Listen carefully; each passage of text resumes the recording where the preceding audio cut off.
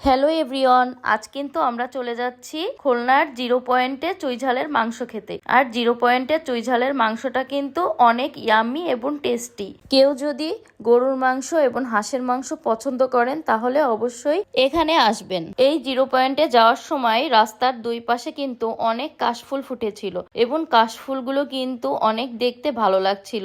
ইচ্ছা করছিল এখানে নেমে কাশফুলের কাছে একটু ছবি তুলি, কিন্তু তারপরও অগ্নিলার আব্বুর আর অগ্নিলার অনেক ক্ষুধা লেগে গিয়েছিল, এজন্য আর এখানে আমি দাঁড়িয়ে ছবি তোলার চেষ্টা করিনি।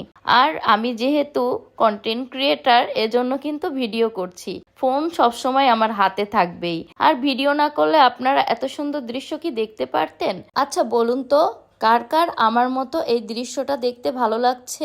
ভালো লাগলে অবশ্যই কমেন্টসে জানাবেন। আমার কিন্তু এখানের পরিবেশটা অনেক ভালো লাগছে, একটু গ্রাম গ্রাম ধরনের, অনেকটা ভালো লাগছে। শহর থেকে একটু গ্রামের ছোঁয়া পাচ্ছি, কি বলেন আপনারা? তারপর কিন্তু চলে এসেছিলাম এই চুইঝালের মাংস খেতে। চুইঝালের মাংসটা কিন্তু অনেক ইয়ামি এবং টেস্টি হয়ে থাকে। আমরা কিন্তু ইনাদের অনেক পুরানো কাস্টমার, এজন্য ওনারা আমাদের সঙ্গে অনেক ভালো ব্যবহার করে থাকে। শুধু আমাদের সাথেই না, ওনারা কিন্তু সবার সঙ্গেই ভালো ব্যবহার করে থাকে।